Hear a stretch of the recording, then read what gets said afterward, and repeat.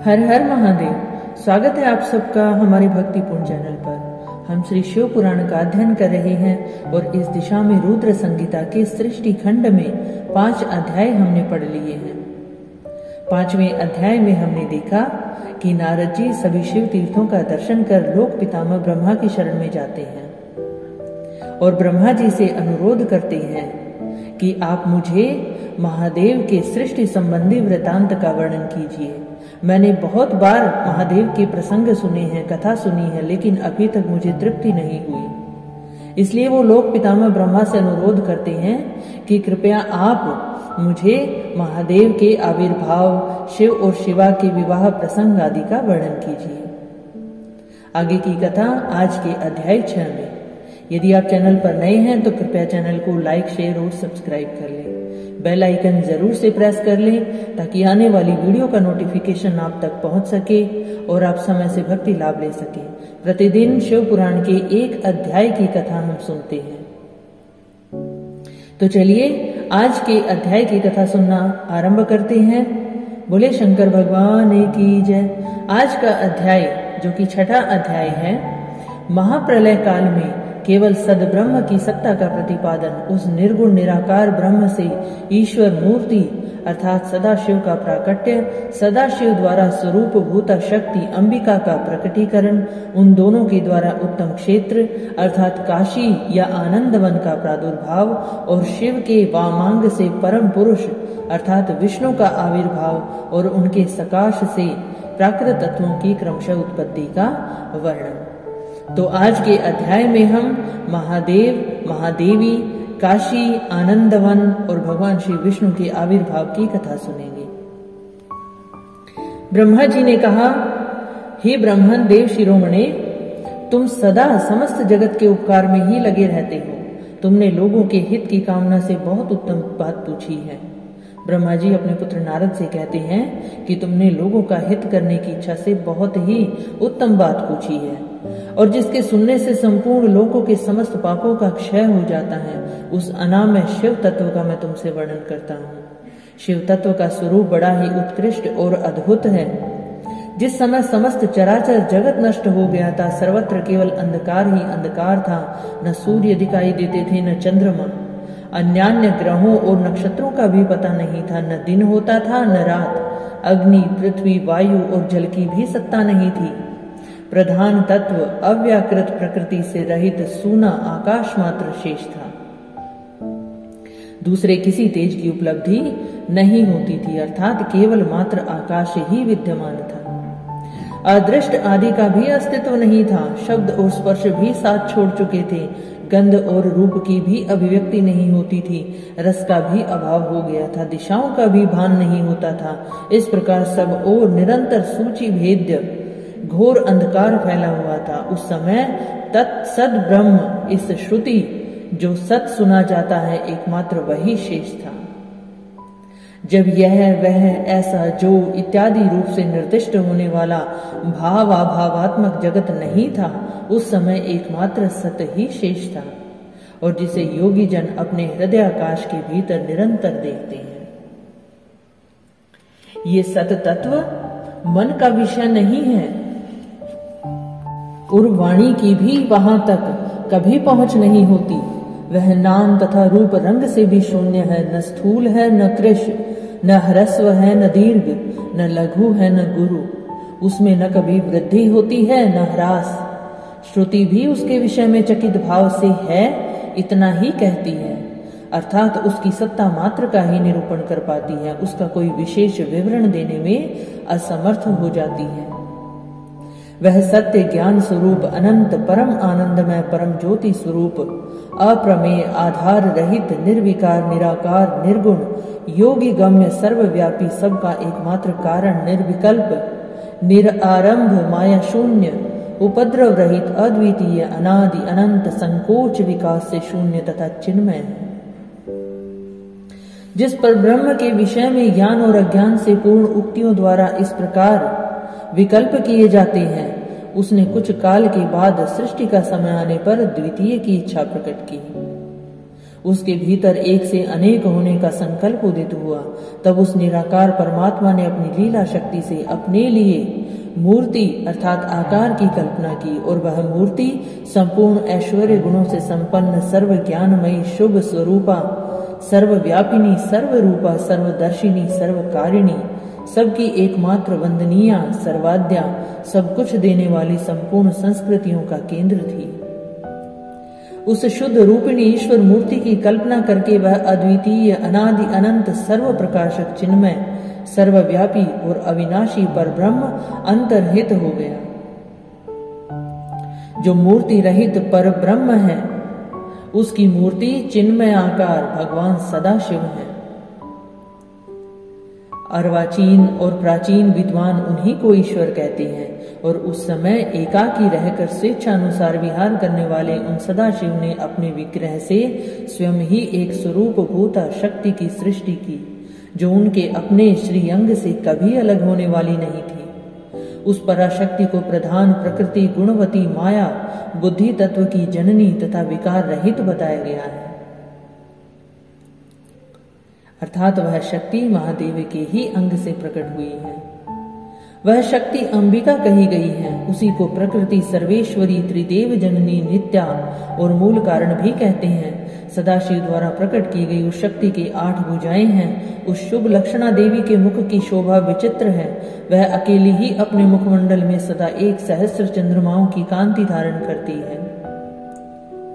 नाना प्रकार के आभूषण उसके श्री अंगों की शोभा बढ़ाते हैं। वह देवी नाना प्रकार की गतियों से संपन्न है और अनेक प्रकार के अस्त्र शस्त्र धारण करती है। उसके खुले हुए नेत्र खिले हुए कमल के समान जान पड़ते हैं। यह अचिंत्य तेज से जगमगाती है। वह सब की योनि है और सदा उद्यमशील रहती है। एकाकिनी होने पर भी वह माया संयोग वशात अनेक हो जाती है। अर्थात माया के कारण वह अनेक रूप धारण करती हैं। वे जो सदाशिव हैं, उन्हें परम पुरुष ईश्वर, शिव, शंभु, महेश्वर कहते हैं। वे अपने मस्तक पर आकाश गंगा को धारण करते हैं। उनके भाल देश में चंद्रमा शोभा पाते हैं। उनके 5 मुख हैं और प्रत्येक मुख में 3-3 नेत्र हैं। उनका चित्त सदा प्रसन्न रहता है। वे 10 भुजाओं से युक्त और त्रिशूलधारी हैं। उनके श्री अंगों की प्रभा कर्पूर के समान श्वेत गौर है। वे अपने सारे अंगों में भस्म रमाए रहते हैं। उन काल रूपी ब्रह्म ने एक ही समय शक्ति के साथ शिवलोक नामक क्षेत्र का निर्माण किया था। उस उत्तम क्षेत्र को ही काशी कहते हैं। वह परम निर्वाण या मोक्ष का स्थान है जो सबके ऊपर विराजमान है। वे प्रिया, प्रियतम रूप, शक्ति और शिव जो परम आनंद स्वरूप हैं, उस मनोरम क्षेत्र में नित्य निवास किया करते हैं। काशीपुरी परम आनंद रूपिणी है। हे मुने, शिव और शिवा ने प्रलय काल में भी कभी उस क्षेत्र को अपने सानिध्य से मुक्त नहीं किया। अर्थात महादेव शिवा देवी के साथ वहीं विराजमान रहे। इसलिए विद्वान पुरुष उसे अभिमुक्त क्षेत्र के नाम से भी जानते हैं। यह क्षेत्र आनंद का हेतु है। इसलिए पिनाकधारी शिव ने पहले उसका नाम आनंद वन रखा था और उसके बाद वह अविमुक्त के नाम से प्रसिद्ध हुआ। हे देवर्षे, एक समय उस आनंद वन में रमण करते हुए शिवा और शिव के मन में ये इच्छा हुई कि किसी दूसरे पुरुष की भी सृष्टि करनी चाहिए, जिस पर यह सृष्टि संचालन का महान भार रखकर हम दोनों केवल काशी में रहकर इच्छानुसार विचरें और निर्वाण धारण करें। वही पुरुष हमारे अनुग्रह से सदा सबकी सृष्टि करे, पालन करे और वही अंत में सबका संहार भी करे।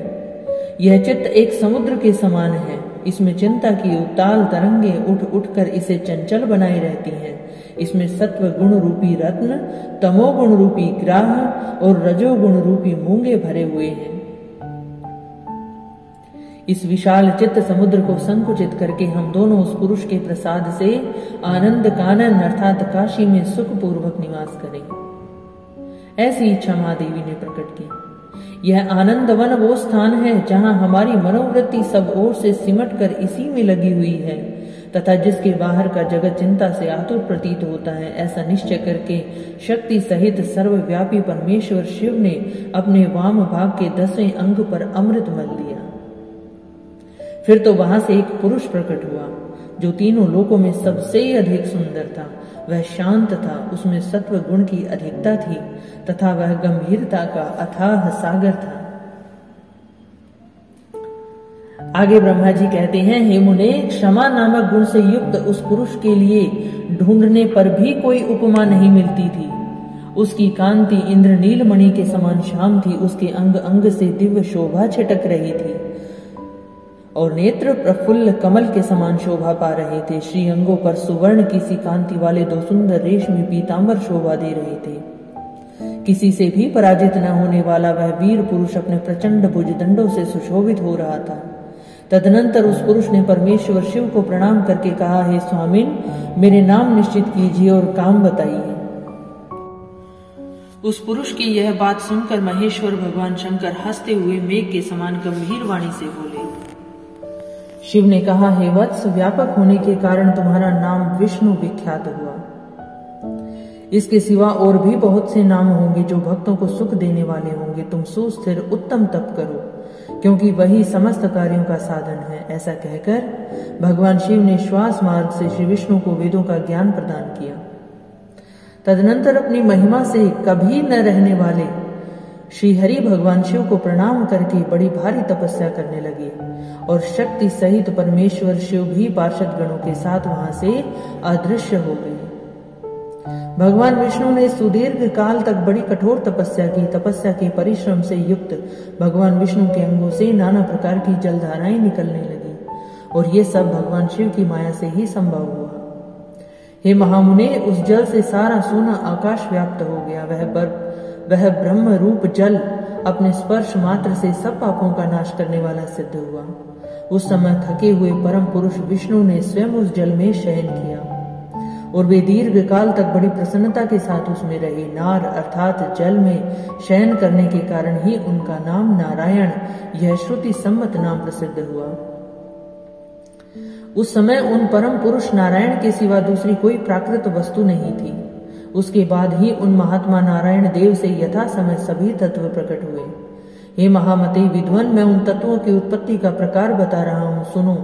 प्रकृति से महत तत्व प्रकट हुआ, महत तत्व से तीनों गुण, इन गुणों के भेद से ही त्रिविध अहंकार की उत्पत्ति हुई।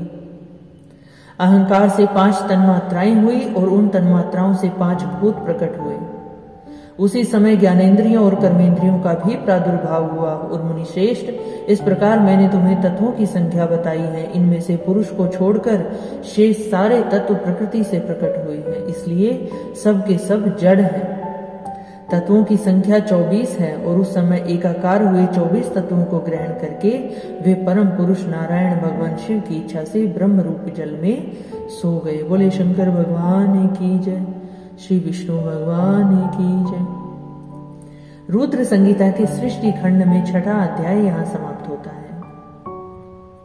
आगे सृष्टि रचना के विषय में क्या घटना घटती है, क्या कथा सागर चलता है, इसकी चर्चा अध्याय 7 में की जाएगी। आगे की कथा सुनने के लिए आप चैनल से जुड़े रहिए। चैनल को लाइक, शेयर और सब्सक्राइब करना बिल्कुल ना भूलिए। मिलते हैं आपसे अगली वीडियो में। महादेव सब पर अपनी कृपा बनाए रखें, सबका कल्याण करें, इसी भावना के साथ हर हर महादेव।